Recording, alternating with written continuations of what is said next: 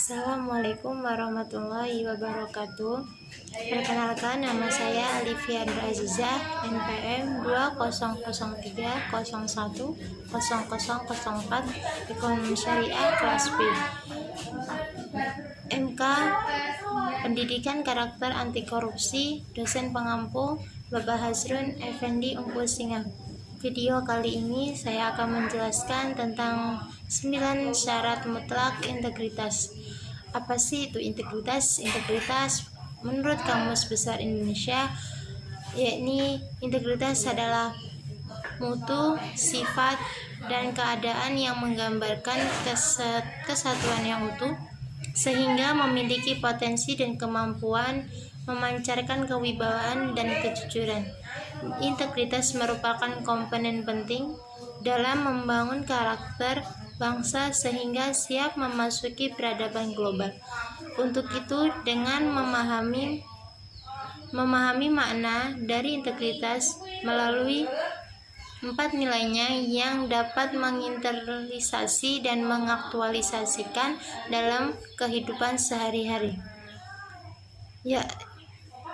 Selanjutnya di sini ada 9 nilai yang merangkum integritas tersebut, dikenal juga dengan nilai dari anti korupsi. Semakin banyak nilai anti korupsi ditunjukkan, semakin tinggi pula integritas yang dimiliki oleh orang tersebut. KPK sendiri membagi integritas dalam 3 komponen nilai-nilai. Di antara 3 komponen nilai-nilai, yang pertama yakni nilai integritas inti.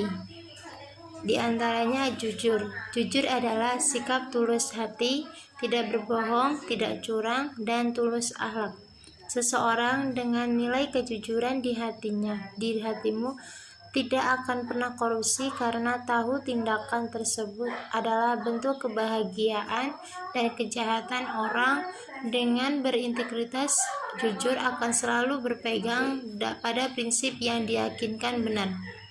Bertanggung jawab yakni menanggung akibat dari perhatian yang dilakukan. Seseorang yang bertanggung jawab berani mengakui kesalahan yang dilakukan. Mereka juga amanah dan dapat diandalkan.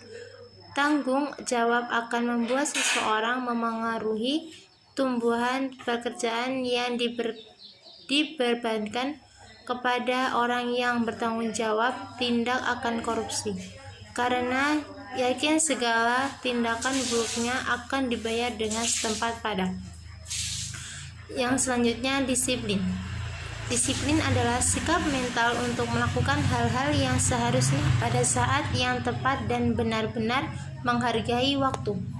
Sikap mental tersebut perlu dilantik agar perhatiannya tetap sesuai aturan yang ada. 3 komponen yang termasuk nilai-nilai. Yang kedua yakni nilai integritas etos kerja. Di antaranya mandiri. Mandiri menurut KBBI, kata mandiri dimaknai dalam keadaan dapat berdiri sendiri, tidak bergantung pada orang lain. Pribadi yang mandiri tentunya berani menatap diri dan menjaga diri.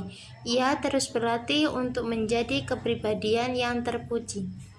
Kerja keras. Kerja keras adalah kegiatan yang dikerjakan secara bersungguh-sungguh tanpa mengenai lelah atau selalu mengutamakan atau memperhatikan kepuasan hasil. Pada setiap kegiatan yang dilakukan, mereka sangat bersemangat dan berusaha keras untuk meraih hasil yang baik dan maksimal. Selanjutnya, sederhana. Menurut KBBI, sederhana memiliki pengertian kesehatan, tidak berlebihan, atau dapat dinyatakan sedang dalam arti pertengahan, tidak tinggi, tidak rendah, dan sebagainya.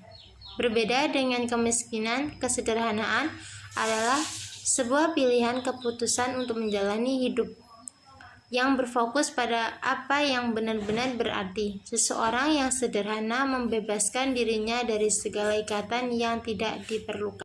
3 komponen nilai-nilai yang terakhir yakni nilai integritas sikap.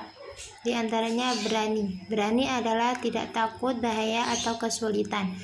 Orang yang berani memiliki arti yang menatap memiliki arti yang menatap dan rasa percaya diri yang benar, pantang mundur dan tidak gentar. Keberanian diperlukan untuk mencegah korupsi dan melaporkan tindak pidana korupsi ke aparat. Yang selanjutnya, peduli. Makna peduli menurut KBBI adalah menimbulkan, memperhatikan, dan mengharapkan. Jadi kepedulian berarti sikap memperhatikan kondisi sekitar dan orang lain. Pendapat lain menghambat peduli adalah sikap keberpihakan kita untuk mengabaikan diri dalam persoalan, keadaan, dan kondisi di sekitar kita. Orang yang peduli, mereka terpanggil melakukan sesuatu dalam rangka memberi inspirasi, perubahan, dan kebersihan. Alat peduli berarti kita mengasihi dan memperhatikan orang lain sebagaimana kita ingin dikasihi atas perlakuannya. Selanjutnya, adil. Adil berarti dari bahasa Arab yang berarti berada di tengah-tengah, jujur, halus, dan tulus. Menurut KBBI, adil memiliki arti sama berat, tidak berat sebelah, tidak memiliki. Adil juga bisa diartikan berpihak kepada yang benar, berpegang pada kebenaran. Secara terminologi, adil bermakna selalu sikap yang bebas dari kriminalisasi dan ketidakjujuran. Selanjutnya, saya akan menjelaskan tentang contoh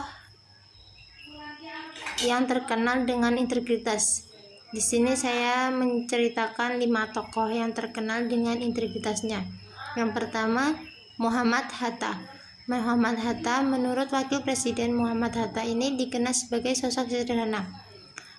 Mundur dari jabatan orang nomor 2 di Indonesia pada 1956, sejumlah tawaran mengalir kepada Hatta. Ia ditawari menjadi komisaris berbagai perusahaan hingga posisi di Bank Dunia. Tapi Hatta menolak. Dia memiliki hidup dari uang pensiun. Apa kata rakyat nanti? Kata Hatta kala itu. Hatta bukan sosok yang mengejar jabatan dan harta. Hatta juga menolak ketika akan diberikan rumah yang lebih besar setelah berhenti menjadi wakil presiden. Hatta khawatir uang pensiunnya tak mampu membutuhkan perawatan rumah. Tokoh yang kedua yakni Artijo Alkotsar. Artijo Alkotsar adalah tokoh Indonesia selanjutnya yang dikenal dengan integritas tinggi. Ia merupakan pengacara dan hakim agung Indonesia periode 2000 hingga 2018. Sepanjang karirnya, Artijo memiliki julukan Al-Gojek koruptor karena dirinya tak pernah gentar menangani pendekar hukum terbaik yang dimiliki Indonesia. Integritas Artijo sebagai seorang hakim terlihat dari keputusannya yang memberikan masa tahanan lama kepada para koruptor, salah satunya kepada Angelina Sendek. Angelina divonis 4 tahun penjara, namun Artijo menambahkannya menjadi 12 tahun penjara. Kejujuran, keberanian, dan ulet adalah pesan yang selalu dibawa oleh Artijo serta patut menjadi teladan bagi seluruh rakyat Indonesia. Yang ketiga yakni tokoh Agus Salim, The Grand Old Man, begitu julukan bagi diplomat Indonesia. Agus Salim, mantan Menteri Luar Negeri, diri kemerdekaan ini dikenal sebagai sosok jenius. Dia menguasai hingga 4 bahasa. Tapi di balik itu kisah hidupnya penuh dengan kesederhanaan. Agus Salim walau merupakan sosok penjabat, hidup dalam kejujuran.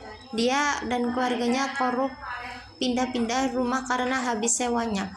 Bahkan pernah mereka tinggal di rumah yang WC-nya rusak. Istrinya pun sampai muntah-muntah tak tahan. Kondisi demikian tetap membuat Agus Salim bertahan. Dia bahkan tidak meminta tambahan fasilitas dan gaji yang seadanya. Agus Salim tetap hidup dalam kesederhanaan hingga akhir hidupnya. Sebuah kalimat dari diplomat Belanda Profesor Seher Marhon mungkin menggambarkan sosok Agus Salim. Yang keempat yakni tokoh Hoeging Imam Santoso. Menurut Gus Dur, hanya ada 3 yang jujur di negara ini, yaitu polisi tidur, patung polisi, dan Hoeging. Sosok Hoeging yang menjadi penegak hukum yang jujur, bersih, bersahaja, dan berkomitmen tinggi pada sumpahnya. Beberapa kisah dari Hugeng yang bisa menjadi pelajaran yang berharga meliputi: jujur akan berasal membela pihak yang benar. Pada tahun 70-an, ada sebuah kasus pemerkosaan oleh anak pejabat terhadap pedagang telur. Saat menjabat sebagai Kapolri, Pak Hugeng geram. Korban malah mendapati hukuman dan akhirnya membentuk tim khusus.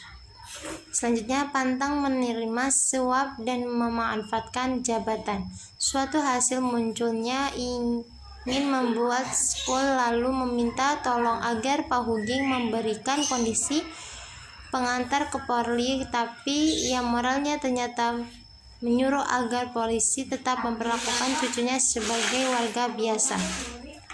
Tokoh yang terakhir yakni Muhammad Nasir. Lepas dari segala kontroversinya dalam pemerintahan revolusinya Republik Indonesia, natural adalah 3 pejabat yang tak bergemilang harta matur yang mendapat gelar sebagai pahlawan nasional pada 10 November 2018. Dikenal sebagai sosok yang penuh sopan, santun, dan rendah hati, Nasir juga ngerawan yang sangat bersahaja dalam kehidupan sehari-harinya. Indonesia terkemuka dari Cornell Universitas Amerika Serikat. George Motusman Kahin memutuskan kesan sederhana yang ia tangkap dari Nasir. Ketika itu tahun 1948, Kahin tengah berkunjung ke Yogyakarta yang menjadi pusat pemerintahan Republik Indonesia dan bertemu Nasir. Setelah melepas jabatan sebagai Perdana Menteri, natural meninggalkan mobil dinasnya di Istana Kepresidenan. Ia memilih untuk membonceng sopirnya pulang ke rumah Jalan Proklamasi. Tak berapa lama Nasir dan keluarga kembali pindah ke Jalan Jawa. Sekian video kali ini penjelasan saya akhiri. Wassalamualaikum warahmatullahi wabarakatuh.